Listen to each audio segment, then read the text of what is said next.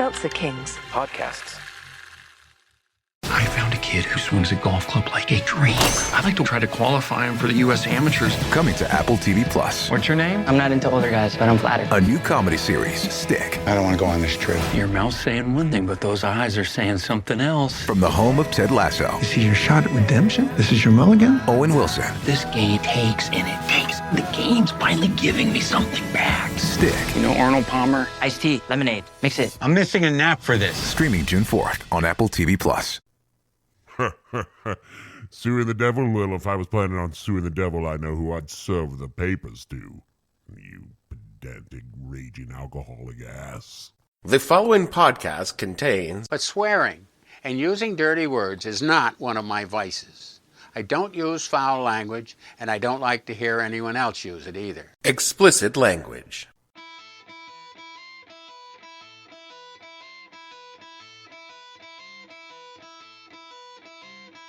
Hello and welcome to the Patreon bonus podcast that asks a simple question.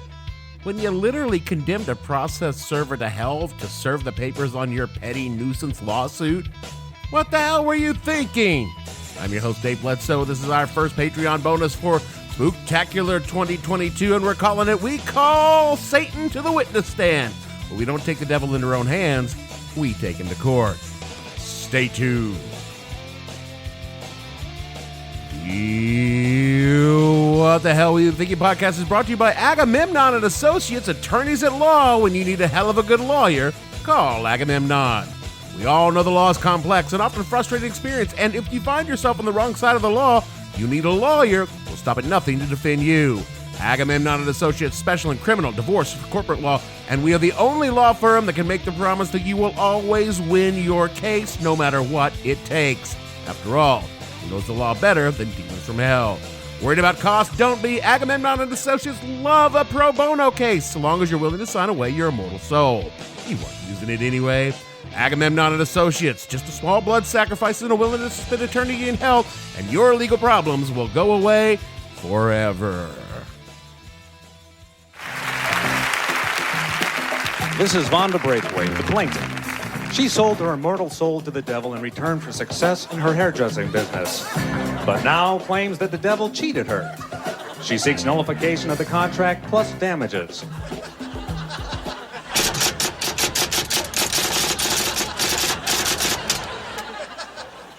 This is Mephistopheles, the devil. He claims that he did keep his part of the bargain and that the plaintiff is simply trying to welch out of her legal commitment. He seeks the soul plus court costs.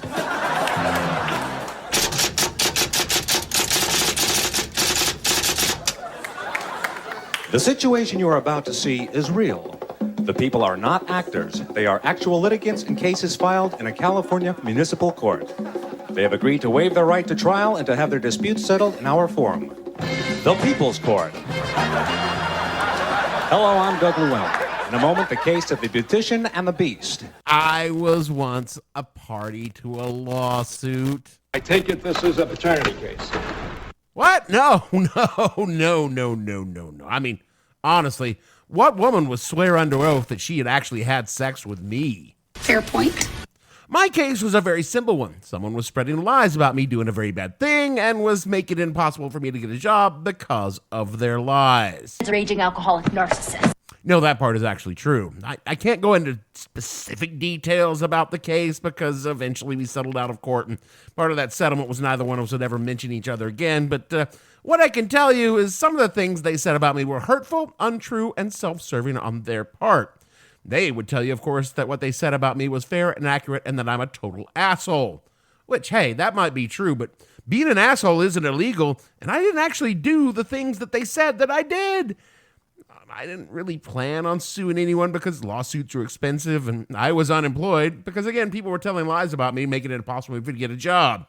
But that's when my friend's dad stepped in and took my case pro bono. That was very nice of him. Yes, it was, but also Ron was semi-retired, kind of bored, and he just likes suing people. I mean, after all, he is a lawyer. And our plan was pretty simple. Because lawyers are expensive, he would file the case, and after he scared the shit out of the other side with the lawsuit, he would offer a settlement where if they stopped talking about me, we would drop the case. Of course, what happened was they got a pro bono lawyer because I guess everyone has a lawyer friend, and they filed a countersuit against me. Well, shit. They claimed that not only did I do the thing that they said that I did, but I was going around slandering them, which I wasn't. I mean, who the fuck was listening to me? I didn't have a low-rated podcast at the time, but what I did have was a Facebook page, and they claimed that's where I said all the bad things. Did you say those things? I said things, but I didn't mention any names. I mean, I was mad, and they were lying about me, and maybe I might have insinuated the people involved were less than ethical, but only in the context of their lies about me. A said, however, that I was talking about their business, but I wasn't. That never stopped the lawyers from saying that I was.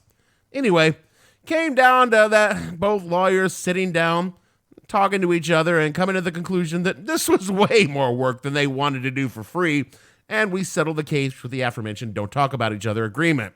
Which brings me to what we're here to talk about today, lawsuits, specifically a certain kind of lawsuit, one against the slipperiest and most devious and unassailable person of them all. Mr. Donald Trump himself. No, I mean, I can see what you think that, but I was actually talking about the devil? The devil. The devil. You might think suing the devil would be difficult. That would be totally absurd. What, would the devil not exist at all? But rest assured, pod friends, that's never stopped anyone from trying. Which is why in 1986, one Ralph J Forbes of London, Arkansas, filed a federal lawsuit against our sweet Lord Satan, the Arkansas Department of Education, the National Education Association, and the Russellville, Arkansas School District, along with the Church of Satan, on behalf of himself, Ralph J Forbes, Jesus Christ, and the children. Not Ralph's children, just children in general. An absolute lunatic he is. Oh, he was more than that, but he was definitely that as well. What, you might ask, was Ralph suing the devil about? Well, I mean, it's the reason for the season, and Ralph was very upset that his local school district was allowing said children to wear costumes to school on... Say Halloween! Halloween! Yeah, Ralph was very upset about that non-Christian rituals were being observed in school because children were wearing Halloween costumes. Would you, like to know what the most popular Halloween costume for kids was in 1986? I'll give you a hint. Care Bears countdown. 4, 3, 2, 1. Who's that coming from somewhere up in the sky? Yeah, Care Bears. Number one Halloween costume, 1986. And I'm not saying that the Care Bears were not sent here by Satan, because clearly they were.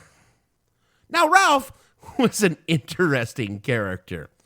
GroovyHistory.com, where I learned about the story, describes Ralph thusly, quote, "It's important to know that Ralph Forbes wasn't just a cranky, anti-fun Christian. Ralph Forbes was a Nazi, a real American Nazi. He had been a high-ranking officer in George Lincoln Rockwell's American Nazi Party in the 1960s. Forbes was one of the few Nazis who made headlines in 1961 and got a nod in Bob Dylan songs for picketing the movie Exodus in Philadelphia. Forbes was active in Rockwell's organization in California in the 1960s, and at some point, Rockwell gave Forbes the jobs of setting up a Christian identity group. Christian identity is a white supremacist theology that figures white Europeans, and not Jews, are descendants of the Old Testament Israelites. By 1986, Forbes was identifying himself as a former member of the Nazi Party. He was also working with the political campaign of America's favorite Klansman politician, David Duke. Seems nice. Ralph himself was running to be a U.S. Senator from the great state of Arkansas in 1986, and while he would probably be endorsed by the GOP today and get a ringing endorsement from the Cheeto Group of Fuhrer, in 1986, Arkansas was actually governed by a Democrat. You probably know him. Bill Clinton. Bill Clinton. Arkansas was still a pretty Democratic state in the 1980s, though Ronald Reagan had won it handily in 1984. He said it! And Bill was on his fourth term as governor that year. The then incumbent Democrat by the name of Dale Bumpers. That is not a name. I assure you, Dale Bumpers is actually a name in Arkansas. Dale had handily trounced Republican Asa Hutchinson in the election, But that's only because Ralph had peeled off, let me check exactly the account here, 52 votes from Ace's total. It was rigged, and that I demand a recount. Yeah, I know, but back then we actually accepted things like facts when it came to losing an election. Asa turned out fine, by the way. He's currently the governor of Arkansas. Now, I looked for details of this case. I really did. But again, this podcast is limited in its research budget, so tell your friends about us. And since those of you hearing this are actually the research budget, you need to tell a lot of friends. But aside from a couple of newspaper articles at the time and the groovy history story, which doesn't provide links to any of the legal documents or filings in the case, it's still my best source for the story. But I was able to confirm enough that matches their article, so let's go back to groovy history. Quote, naturally, this incredibly reasonable lawsuit found a judge willing to hear it out, U.S. District Judge George Howard Jr., and once a judge agreed to hear the case, attorney John Wesley Hall Jr. valiantly agreed to defend Satan at no cost to the devil himself. Hall represented the Lord of the Underworld pro bono publico, which means for the good of the public. It also couldn't hurt Hall to defend the devil should he end up in hell. Using his well-earned law degree, the devil's lawyer argued that the case should be dismissed on the grounds that there was insufficient evidence that Satan transacts business, owns property, or has committed torts in Arkansas. Furthermore, Hall argued that a lawsuit between Jesus and his client cannot be litigated in federal court under the provisions of the First Amendment, unquote. You can tell they took this trial very seriously. But Ralph wasn't the first one to file suit against the darkness. In 1971, an inmate in the Western Penitentiary in Pittsburgh, Pennsylvania, named Gerald Mayo, had had enough and wanted his day in court. Not against the state, but against our sweet Lord Satan and his servants. From Wikipedia, quote, he alleged that Satan has on numerous occasions caused plaintiff misery and unwarranted threats against the will of the plaintiff, that Satan has placed deliberate obstacles in his path and caused the plaintiff's downfall, and that therefore deprived him of his constitutional rights in violation of the United States Code. Mayo filed a pro forma pauperis, that is, he asserted that he would not be able to afford the costs associated with his lawsuit and that they therefore should be waived.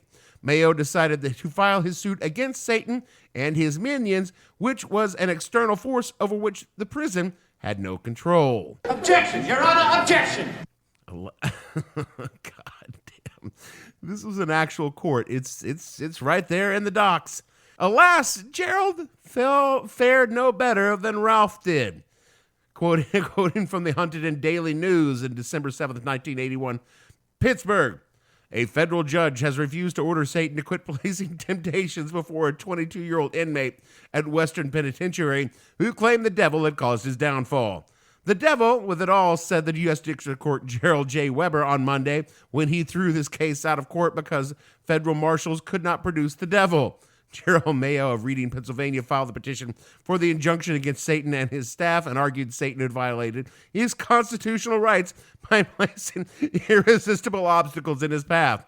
Weber said that the nearest thing he could find to a precedent was when Stephen Vincent Bennett's short story, The Devil versus Daniel Webster, where Webster contended Satan was a foreign prince and could not sue in American courts, although he did not go that far. Weber said Mayo failed to show Satan lives within the court's jurisdiction and that federal marshals were not told how Satan could be summoned, unquote.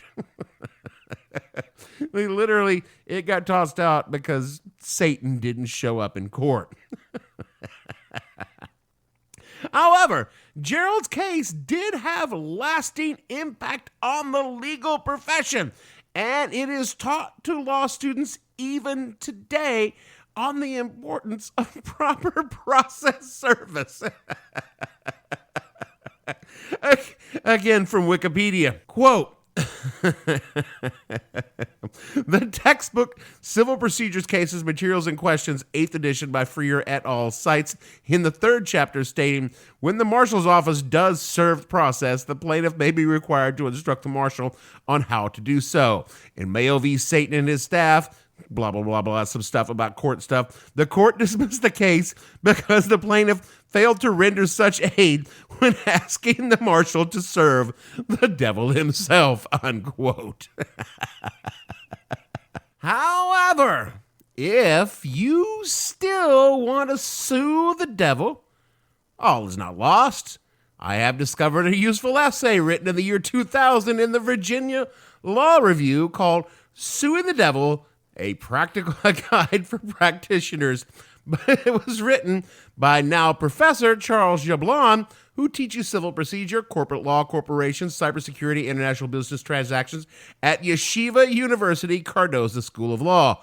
Though I did notice that he doesn't include this particular article on his selected work webpage. Now, I find this on JSTOR. It is linked in the show notes. You should read the entire thing. It's free if you just sign up with an email, and it is truly delightful. A few select passages from Professor Yablon's treatise on suing the devil. Quote, I know suing the concept of a lawsuit, preferably a class action, against the devil strikes many lawyers as bizarre, perhaps even absurd. I completely understand such concerns. Obviously, Satan is a formidable legal opponent. He's well-financed, highly intelligent, very aggressive, and completely unscrupulous. I believe he has had formal legal training. Yet the point of this essay is to show that in a world in which Philip Morris, Microsoft, and Rupert Murdoch are all targets of litigation, the devil isn't really so tough. Moreover, while satanic litigation does pose some unique jurisdictional and procedural difficulties, none of them, as I will subsequently demonstrate, poses an insurmountable obstacle to a successful lawsuit. This essay is intended to provide such guidance to the harried practitioner looking for new litigation targets. It consists of two parts. The first takes a good hard look at Satan's prior legal career. It goes beyond the hype that usually accompanies the litigators to show that despite his inflated reputation, the devil's litigation record is spotty at best. The devil is no F. Lee Bailey, and vice versa. The second part of this essay analyzes the legal technique and the legal problems involved in actually filing and prosecuting a lawsuit against the devil, an area which surprisingly little work has been done given the enormous number of potential plaintiffs.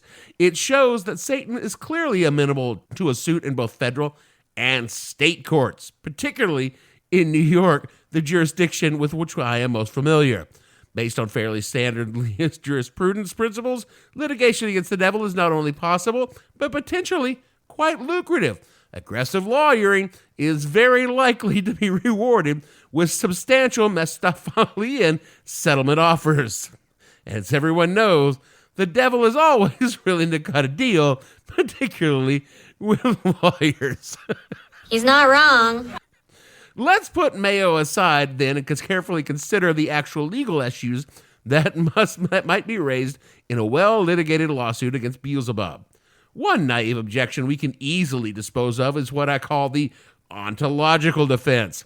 Only a very foolish or untrained jurist would suggest that the devil may not be sued because he does not really exist, that he's merely a fictitious entity wholly created by human imaginations to embody their most darkest and malevolent impulses.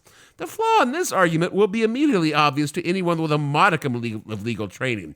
Whether or not the devil really exists is, of course, completely irrelevant from the legal point of view. For most corporate lawyers, myself included, the vast majority of our clients do not really exist, but are similarly fictitious entities, many of whom have been created by humans out of some rather malevolent impulses. I fucking love this guy. None of these fictitious entities, however, have the slightest trouble suing or being sued in a court of law. Existence is simply not a predicate for legal action. Courts are more than happy to consider claims against such non-existent entities, corporations, nations, deceased persons, and sunken ships, not to mention the ubiquitous John Doe and Jane Roe, unquote. Goddamn. This is a delightful look into the legal mind. If you can name it, you can sue it. Seriously, it's worth giving this JSTOR your email just to read this entire article. All right, in summation, I go back to Yablon just for the end of this. God, this is the whole reason that I recorded this show. I've had it in the hopper all this time because I couldn't find any details, and then I find this beautiful article by an actual lawyer that made it worth doing. Quote, in short, Although the case against Satan is not a clear winner, it's certainly worth taking a shot. I'm cautiously optimistic, particularly if the action can be brought to a final verdict before a finder of fact. My research indicates that the devil is not expected to do well on Judgment Day. Finally, then we come to the question of recovery. Assuming that our action is successful, will it actually be possible to collect on the judgment? At the present time, I'm looking into this question to determine whether or not it is possible to garnish the wages of sin. Some remedy would be nice, but I don't think it's essential. If anyone actually manages to get a judgment against the devil in the court of law, there will undoubtedly be hell to pay. Unquote. I mean, these lawyers, they love a good story. Of course, the trial of the Lightbringer has long been the province of writers. Milton's Paradise Lost reads like a very long, very boring argument by the devil's lawyers. I had to trudge through this poem in college, and all I can say, if there is a hell, which there isn't, it will revolve around me being forced to read Paradise Lost. God save us. Then there's Faust, where a German scientist sells a soul to the devil, and after some really long and boring shit, discovered that the devil might not have been entirely honest and upfront, and basically takes the devil to court to get his soul back. Milton was long and boring, but Faust is all of that, and also very, very, very German. Then there was the devil in Daniel Webster, which was mentioned in the previous court cases. Daniel Webster was a lawyer in the 1800s and kind of the American legend that if you tell your kids about if you want them to grow up and be a corporate lawyer. And of course, there is the movie, The Devil's Advocate, which is not about suing the devil, but every time the topic of the devil and the legal system is brought up, you are legally required to make at least one reference to that movie, and this is ours. And look, I totally understand the desire to sue the devil. I mean, I would never do that because the devil and I are cool, and also, the devil doesn't exist. But I think if you're going to sue someone for how fucked up your life is, you really want to go with the people actually responsible for your problems. Your parents! My parents! No. First of all, they don't have any money. And second of all, they did their best. It's not their fault that their parents were fucked up, and so they fucked you up too. I'm talking about the real reason you personally are so fucking messed up. Yourself. Which is the thing that I actually wrote as a joke, but it turns out you can sue yourself. It's been done before. A website called donotpay.com, which, okay, not the best source because it's ostensibly about suing people in small claims court, but actually has some relevant information on the topic, has this to say, quote, there are some bizarre lawsuits out there, and at first filing suit against yourself may seem like something that may get you laughed out of court. There are occasions, however, that suing yourself may be the only course of action available to get compensated for damage that you've experienced. Often, when a lawsuit is filed for an accident, it was caused by recklessness or negligence. And while you may be suing the defendant, it's their insurance company that's on the hook for most of the liability that they can incur from your case. This could actually lead to the most common occasions when suing yourself could not only be a valid legal avenue, but also the only option available to you, unquote. Seriously, I didn't know this when I started this. I just wrote that as a joke, and then I discovered, yes, there is actual legal cited precedent. A Utah woman sued herself for the wrongful death of her common law husband in order to force his insurance to pay, and she won. Which, I mean, I guess, yes, she should win either way. But this is what the Utah Supreme Court ruled in the case. Quoting now from Justia.com, quote, Bagley, who sued under Utah's wrongful death and survival action statutes, brought suit to compel State Farm Insurance Company, with whom she maintained a motor vehicle insurance policy, to indemnify her. The district court dismissed the complaint, concluding that the person cannot simultaneously act as a plaintiff and a defendant in a wrongful death or survival suit. The Court of Appeals reversed. The Supreme Court affirmed, holding that the Court of Appeals did not err when it concluded that the wrongful death and survival action statutes permits a person acting in the legal capacity of an heir or personal representative to sue herself in an individual capacity for negligently causing the decedent's death or injury, unquote. She was driving a car. She got into an accident. Her common-law spouse died, and her insurance company wouldn't pay out for this, and she had to sue herself to force them to pay. Admittedly, I know that has nothing to do with the devil. I just found it really an amazingly interesting thing, which is what this podcast is supposed to be all about. But that aside, you want somebody to answer for everything that's wrong in your life. But I don't think you should be suing Satan. Sue God. That's who should be answering to everything that's wrong in the world. I mean, presumably God made it, and God made you, and God is responsible for everything that happens in the world. So why would you sue Satan for that? Sue the motherfucker responsible. Also, you can be pretty sure that God's lawyers aren't very good, because all the really good lawyers are working for the devil, and he keeps them on retainer all the fucking time. This episode is brought to you by PetSmart. Stop by for Yappy Hour with your pet at PetSmart. Save $5 on walk-in grooming services like nail trims, ear cleaning, brushing, and more. No appointment needed every weekday from 2 to 6 p.m. And while you're there, Yappy Hour includes exclusive in-store deals, like 25% off pet toys. Visit services.petsmart.com/grooming to learn more. Switch to Verizon Business and get more from your internet without paying more for your internet. Get LTE Business Internet starting at $39 a month when paired with select business mobile plans. That's unlimited data, and with it, unlimited possibilities. Start saving today with Verizon Business, ranked #1 in small business internet customer satisfaction by J.D. Power. Starting price for 25 megabits per second LTE internet plan with smartphone plan savings, plus taxes, fees, and economic adjustment charge. Terms apply. For J.D. Power 2024 award information, visit jdpower.com/awards. That is it for the Patreon bonus for 2022. And it's the first one. I'm going to do another one. I'm going to do some creepypastas or a creepy horror story. I don't know what we're going to do, but there'll be one more before the end of October.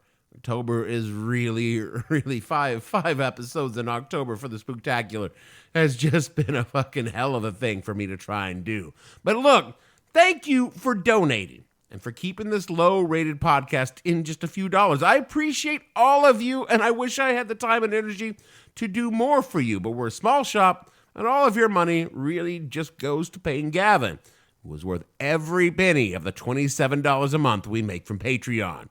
And look, if the devil ever does come through on their promise that they would work out so I could sell the show to Spotify or Stitcher or Wondery, I swear to you that your names will be in every show credit for the enduring support you've given. No joke, I really do appreciate it.